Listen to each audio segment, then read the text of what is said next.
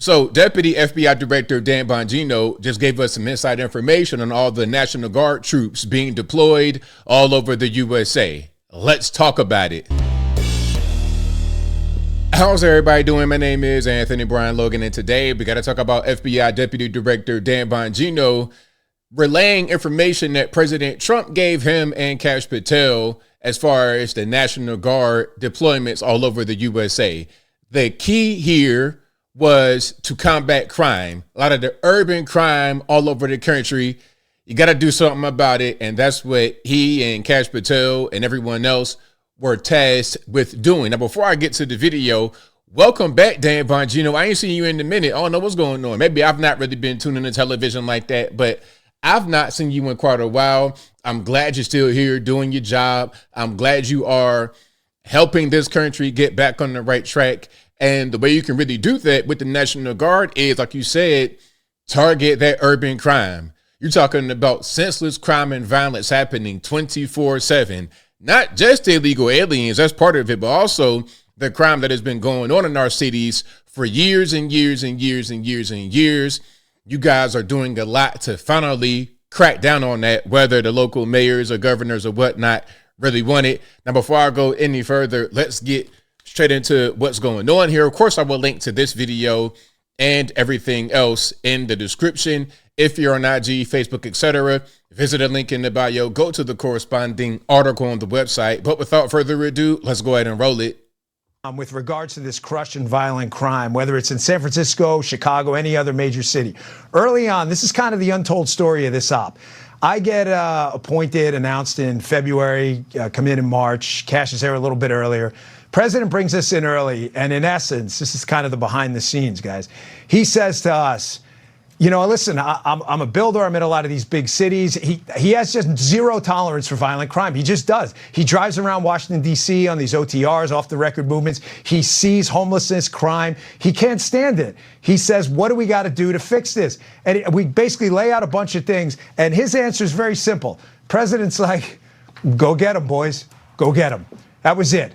Like, you do what you have to do. So we got in there, Kash and I, and we brought in the best SACs, special agents in charge across the country, guys who had forgotten more about crime and enforcing it than most people ever know. They've done this their whole lives.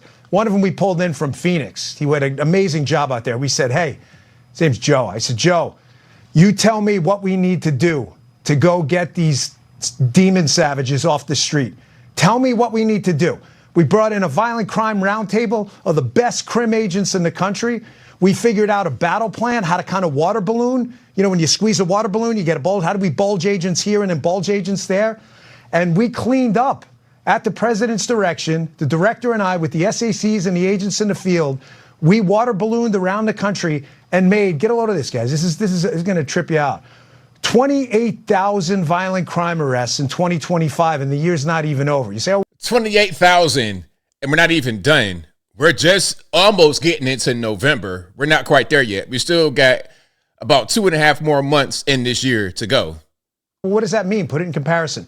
Prior 3-4 years, the FBI under prior leadership had averaged about 15, 16,000. We're at 28,000. 28,000. We're not even done with the year. We haven't even hit Thanksgiving or Christmas yet. Shows you when you get a president, an attorney general, a deputy attorney general, and an FBI leadership team that lets the FBI do FBI work instead of getting into other nonsense in the past. Look what happens. Your cities get cleaner. Dan, the governor's going to push back. There we go. So right on. So shout out again to Dan Bongino out here doing his job, doing the Lord's work, doing what we, the people, have tasked him and the entire federal government with doing. Trump ran on cracking down on legal immigrants, the crime and stuff like that. So he's doing exactly what we want. So shout out to him. Now, some are going to say, well, 28,000 might not be that much. Yeah, it is. Because, okay, we got about 350 million people in the country. It's not that many of us who are actually criminals. And that's part of the point. People say, oh, we can't arrest our way out of this. We can't jail our way out of this. Actually, yes, we can. Because it's not all of us in this country who are committing crime. It's a very select few people who keep doing the same thing over and over and over again. And then some people are kind of encouraged to go out there and commit crime because they see somebody get away with it. Now, let's get into what's happening in one particular place. I'll just pick Memphis because that ain't too far from me. Well, it ain't that close, but it ain't that far. Probably about 4.5, 5 hours away that way. But let's watch some of this and see what's happening over there with the troops in the streets. Check it out. Tennessee, we are certainly getting a clearer picture tonight of the federal task force operation underway in Memphis. Governor Bill Lee announcing its first 2 weeks. The task force arrested 850 violent criminals and known gang members and identified more than 40 missing children. Lee also made it clear the task force is just getting started. So let's bring in CBS News correspondent Nicole Valdez to tell us more about the message we heard from the governor today. Nicole. Now, before Nicole begins, shout out to my governor, Bill Lee, one of the best governors in the country. If he was to throw his name in the ring, run for president, or at least get into higher office some kind of way, a cabinet role, something, I'd want him to be there. Bill Lee is a fantastic governor, him and Brian Kemp. Now, I know some of y'all say, Brian Kemp, how could you say that? If you live down here, you know what I'm saying. If you live down here, you would know that what I'm saying is correct, but I digress. Hi, Julia. Well, Governor Bill Lee definitely called these numbers encouraging as he really continued to emphasize his hope to make Memphis a safer city and lower the city's violent crime rate.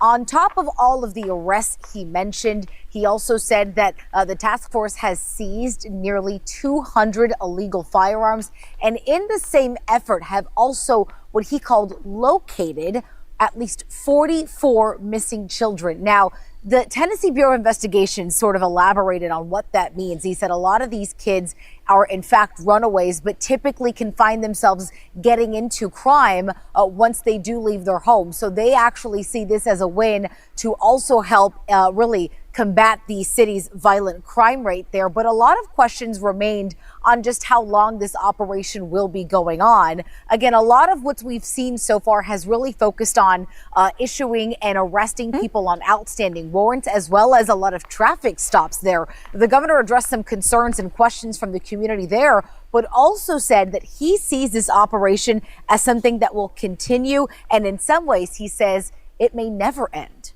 Now let's pause right here. As far as missing children being runaways and whatnot, they get involved in crime often, but also they become victims of crime. A lot of human trafficking. That's how a lot of these girls on the street be real young because they ran away and they find some man and he traffics them. And that's how that whole thing unfolds. But let's keep on going.